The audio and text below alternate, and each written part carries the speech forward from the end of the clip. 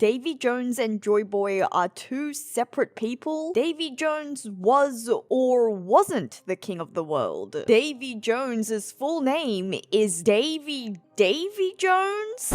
Let's back up and go through this one by one. Chapter 1164 gave us new information about Davy D. Jones, and this has sent me spiraling over the weekend, rethinking everything I thought I knew about Davy Jones. And you guys may know that for some time now, I've been thinking that Davy Jones and JoyBoy might actually be the same person. There's been a lot in the series that seem to suggest this, or at least I thought so. But surely I'm not the only one who thought that. Even in chapter 1164, the initial dialogue between Rox and Imu felt like it was all in support of this idea. They were talking about Davy D. Jones as the previous king of the world and the fate that binds Imu and Davy, Imu's fear of Davy. And I was thinking, yep, Imu is scared of Davy, aka JoyBoy. We've seen Imu scared of JoyBoy, Rox is right. And then only a split second later, Rox taunts Imu. Who are you afraid of the most? Davy Jones or JoyBoy? And naming those figures one by one, that seems to suggest, or may I even say, practically confirms that Davy Jones and JoyBoy are in fact two separate people. So then let's start rethinking all of this. Davy D. Jones and JoyBoy are not the same person. They are two separate figures that Imu fears. So much so that Imu wants to eliminate the entire Davy family to ensure that he has no descendants. Rox claims that Davy Jones was once the king of the world, which Imu refutes. But chances are there is at least some level of truth to this statement. I mean, I think it's fair to say that we're going to have to take Imu's words with a grain of salt. So even if Davy wasn't recognized to be the king over the entire world, he must have had some kingly status. For example, I'm thinking it could be a situation where the 20 kingdoms might not have recognized Davy's status. But I find this idea of Davy Jones being a king of some sort really interesting for a number of reasons. First, I mentioned this in my last video, but I think it greatly recontextualizes Rox as a character, his dreams and motivations. When we were first introduced to Rox, he was depicted as this dangerously greedy or ambitious figure seeking power to rule the entire world. And although what we've seen of Rox ourselves via the Elba flashback hasn't lined up, we have still seen Rox state his dreams to become the king of the world. But now, understanding his family history and lineage, it seems like his desires are less motivated by ambition and more by justice. It's not his personal greed for power, but a desire to claim or reclaim his family's throne. To rewrite the history books which have currently been corrupted by the world government, Imu as the world government leader even claiming that Davy Jones was never king. Secondly, if Davy Jones really was the king, then this could also explain something that we found out quite recently during the Elba flashback. The fact that Hachinosu, a former penal colony, contained a massive gold deposit underneath the island. Given that we know that the davyback fights originated from Hachinosu, it could be fair to assume that Davy Jones might have also originated from Hachinosu, or at least had some strong ties to the island. In which case, if a worldly royal figure was based in Hachinosu, or at least spent some time there, it could be how large amounts of gold were also kept at this island. And then it could also explain why Hachinosu became an island for convicts. Once Davy Jones was deposed and a new world order came into place, the island that housed the former kingdom, or at least significantly associated with that kingdom, could become vilified, all of its inhabitants persecuted, thereby setting up a penal colony. And now something that I find most interesting about this reveal. Why is the so-called king of the world also the inspiration for a long-held pirates tradition? The idea that the davyback fight was named after Davy Jones made sense back when I thought that Davy Jones was JoyBoy, because we knew that JoyBoy was the world's first pirate. But now, I'm left wondering why or how Davy Jones, a supposed king, why this king was so important, so legendary to piracy, so as to become the basis of a pirates game. Why is it not the JoyBack games or the JoyBack fight? Why is this pirates tradition not an homage to the world's first pirate? Because then this suggests something quite significant significant about Davy? To me, it seems to suggest that even as a king, he had strong ties to pirates, which then leads me to think up all sorts of crazy scenarios. But before we dive into that, please take a quick second and subscribe to the channel if you haven't already. Subscribing will mean that you don't miss out on any future One Piece discussions, and also that you'll help out a fellow One Piece fan get to 100,000 subscribers. Thank you. Something quite fascinating about the history of our real-world piracy is that it wasn't always considered criminal activity. Piracy has existed since ancient times, and back in ancient Greece, piracy was even condoned as a widespread and legitimate profession, an entirely honorable way of making a living. And then there's also the history of privateers, sailors who committed piracy but with the authorization and the legitimization by a state or government. So then in the case of Davy Jones, do we have a story that's somewhat similar to our real world of piracy? Was Davy Jones the first king to formally recognize piracy as a legitimate profession? Did he knight JoyBoy or sanction JoyBoy as the captain of the world's first pirate crew? Did the Davy Jones king commission pirates to act on his behalf? Did he set up impressive privateer crews to fight against the allied 20 kingdoms? Did Davy Jones hold tournaments, games to pick out strong individuals who would be worthy to join those crews? And could it be that those tournaments would eventually become the davyback fight? Or perhaps it's a scenario where Davy D. Jones and JoyBoy worked together. Davy Jones was the king that did the rulemaking, whereas JoyBoy was the military arm of government, enforcing the rule at sea. Or another way that I've been thinking about it is that JoyBoy was a figure who carried on the Davy Jones will, and the two didn't actually know each other personally at all. They may not have even existed at the same time. What if Davy Jones was the king that existed during the first world, and JoyBoy was the king of the second world, or at least the leading figure of the second world who had inherited the will of Davy? Chapter 1164 and the Elbar flashback more generally has focused a great deal on the inheritance of Davy's will and the Davy family lineage, and if Rox is asking, who are you afraid of the most, Davy Jones or JoyBoy? That's because both JoyBoy and Davy are figures that threatened Imu in the past. After all, both Imu and Rox mentions Davy's dreams or Davy's promise, and these terms hold a lot of meaning in the series. The idea of dreams is so central to One Piece. It's one of the series' most core themes. Oda has even said in the past that the reason why Luffy doesn't kill his opponents is because by defeating them, Luffy shatters their dreams, which is just as significant as killing them. Whereas in the case of promise, we know it's heavily related to the series' deepest lore and mysteries, JoyBoy's promise. So what does it mean that Davy's dreams and Davy's promise is being used almost interchangeably in chapter 1164? To me, all of this seems to imply that Davy's promise was to defeat Imu, which would be necessary in order for Davy to fulfill his dream. This promise is something that would be passed down to future generations for the inheritor of Davy's will to fulfill, which is why Imu is so scared of the Davy clan. He's scared of someone who will eventually defeat them. And then this dream of Davy's is also very likely to be the same dream that was once held by Roger and now by Luffy. In which case, I'm thinking that Davy Jones could be the king that posed the threat to Imu in the first world, whereas JoyBoy is the one who carried on Davy's will and challenged Imu in the second world, especially if Imu is a figure or an entity that has existed since the first world, which recent chapters has also suggested. I mentioned this in a previous video, but it's really seeming like Imu is not a person at all underneath that silhouette. I think most of us assumed that there was a person underneath the cloak, but now it's seeming like that Imu is just this dark blob matter, which then happens to fit with what we saw in the Harley, 3 large beastly silhouette figures. And then that also aligns with more recent dialogue. In chapter 1164, Rox screams out at Imu, "Don't dismiss humans or don't dismiss the power of humanity, you monster." And it's possible to interpret this to mean that Rox is literally calling Imu a monster, a beast, a non-human. That's why Rox is emphasizing humanity. It could also be why the Gorosei and the Celestial Dragons have such a twisted view towards humans. We've seen the Gorosei refer to humans as insects or bugs that can be squashed and easily dismissed. The Celestial Dragons have bought into this sense of false superiority as if they're better than the rest of humanity. This sort of worldview may have been shaped by a power structure where a non-human sits at the top of their hierarchy. And think back to what Rox calls Imu in chapter 1164 62. He calls Imu the world. And I've mentioned this a couple times now, but this makes me think of Imu as a Ymir-like figure according to Norse mythology, a primordial being whose body was used to create the universe. In which case, is the history of One Piece a story where humans rebelled against the godly, beastly creature that ruled the world? Was Davy Jones the first human to declare that he was king and challenged Imu, the Earth God or the Earth Beast, the Earth God being what is used in the Harley? Perhaps Davy Jones was able to harness the power of the moon or the moon people and pose the great threat that caused Imu to wipe out humanity with hellfire and darkness. Again, according to the Harley. But JoyBoy inherited Davy Jones's will, and this time as the leader of the ancient kingdom, humans also created devil fruits, powers and abilities that could perhaps rival Imu's. JoyBoy was the first person since Davy Jones that seriously threatened Imu, but this time the use of ancient weapons wiped out humanity again via the Great Floods, causing JoyBoy to become the world's first pirate, and as the world's first pirate, having been greatly inspired by the legendary Davy Jones, the world's first human king, JoyBoy was the one to name the pirate tradition after his role model, creating the davyback fight. He paid homage to the man that first fought for humanity, naming the method of finding strong individuals who would continue the tradition of challenging the world order after his hero, Davy D. Jones. And speaking of Davy D. Jones, we go back to the age-old question, what does the D initial mean? Ever since the reveal of the full name, Davy D. Jones, I've seen lots of people wondering whether the D initial could stand for Davy,